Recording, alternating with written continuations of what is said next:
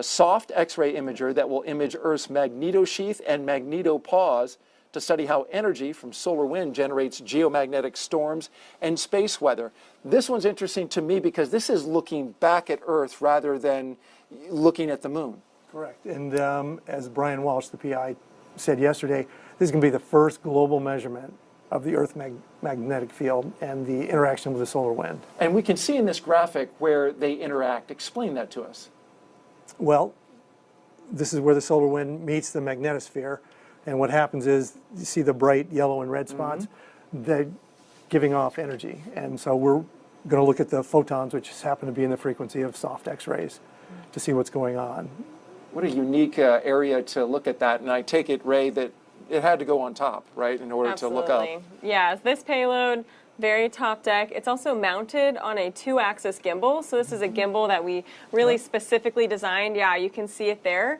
So that Lexi can look back specifically where it needs to collect that data. So a pretty intricate gimbal, but I think it was a lot of fun for the engineers to kind of solve that problem to get Lexi pointing where it needs to. That's cool, that 2-axis gimbal, a solution coming from Firefly. You got to appreciate that. We do. All right, well, this instrument that's next is, we have a demo right in front of you. A RAD PC. This is a radiation-tolerant computer system. Dennis, why do we need radiation-tolerant computers? Well, radiation is a killer for computers. Ionizing radiation could cause a bit flip, could crash the whole system. This particular system is going to use a set of 4 CPUs to kind of count each other and make sure each other's, there has been no single events. And so if it senses one, it puts one of the pads offline, uses the other 3, rewrites this one, puts it back on. And so radiation hardened hardware is very expensive. And right, so to build a shell around it, that's expensive and it's heavy, right? It's heavy, and this is 95% commercial off the shelf. How about that? And so it's order of magnitude cheaper, and I believe it could be the future of space computing. Really jump the computing power on the moon in an area that's really tough for computers without adding weight. I like that. That's good stuff. All right, 3 down, 2 to go. Next up is NGLR. This is the next generation lunar retro reflector, right? And it's a target for lasers on Earth to precisely measure the distance between the Earth and the moon. Explain that, how that works right there. Well, range finding observatory on Earth is going to shoot out a laser pulse. It's going to hit this, and it's going to return it. And the nice thing about the next generation is it's built so it's going to return the ray to where the observatory is going to be. Not where it was, but where it's going to be on the Earth. So this is going to allow us to make precise measurements and watch the surface of the moon as it moves around. And actually, this is a follow-on to Apollo retroreflectors.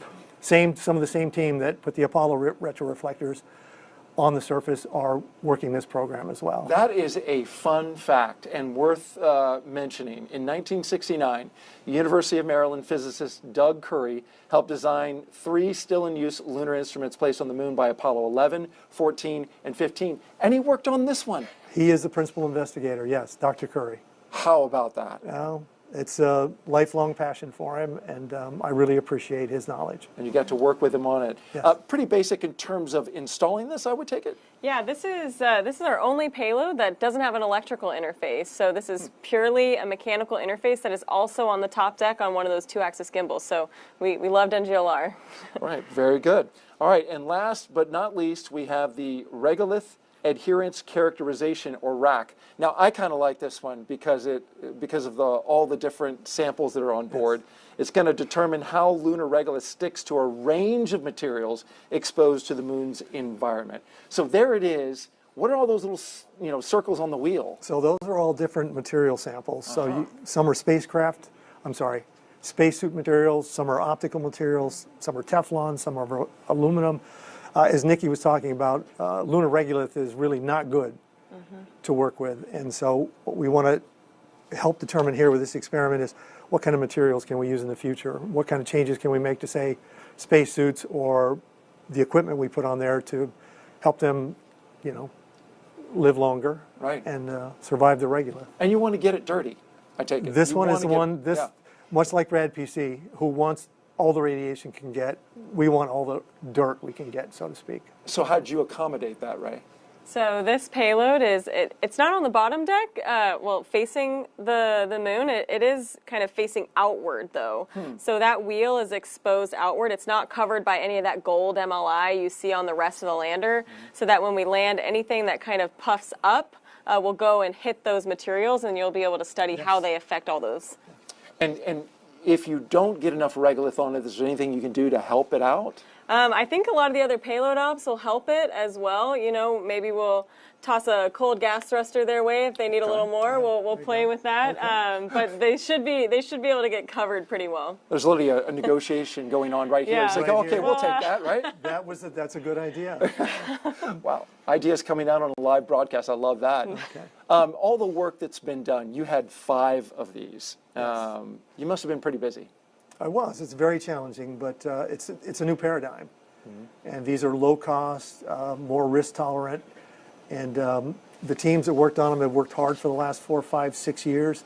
I really appreciate their effort. And NASA's job is to help them get to the moon and help us all get science. Absolutely. And Dennis, before we let you go, a human interest note.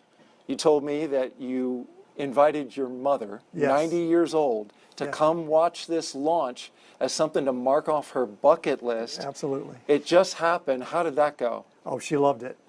Right up front, loved it, especially the sound. She took the video, and she was all smiles. And she has an engineering curiosity, right? Right. She was, back in the early 50s, she had a scholarship to Montana State for an engineering scholarship, which unfortunately she couldn't go, but she then jumped into the Navy, came out as an electronics tech.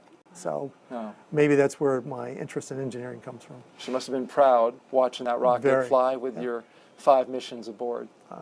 She was. All right, Yeah. Dennis Harris, thank you very much for joining us. Appreciate you taking the time, and good Thank luck you. with all of the payloads. And good luck to you guys. Thank you. I'm really looking forward to it. All right. Well, now we are going to step aside while we await our next big milestones, the second burn of the second stage of the Falcon 9 rocket, and then the separation of Firefly's lunar lander from the SpaceX second stage. Now, we're going to return for that and more in about 20 minutes. We'll have more payloads. There's 2 more left if you've been counting. We're going to talk about those. We'll also see that tremendous video as we watch Firefly hopefully release from the second stage and drift off into space. That's all coming up in a bit. Again, 20 minutes from now. Hope that you'll come back and join us. Take a little cat nap. We'll be right here, and we'll see you then.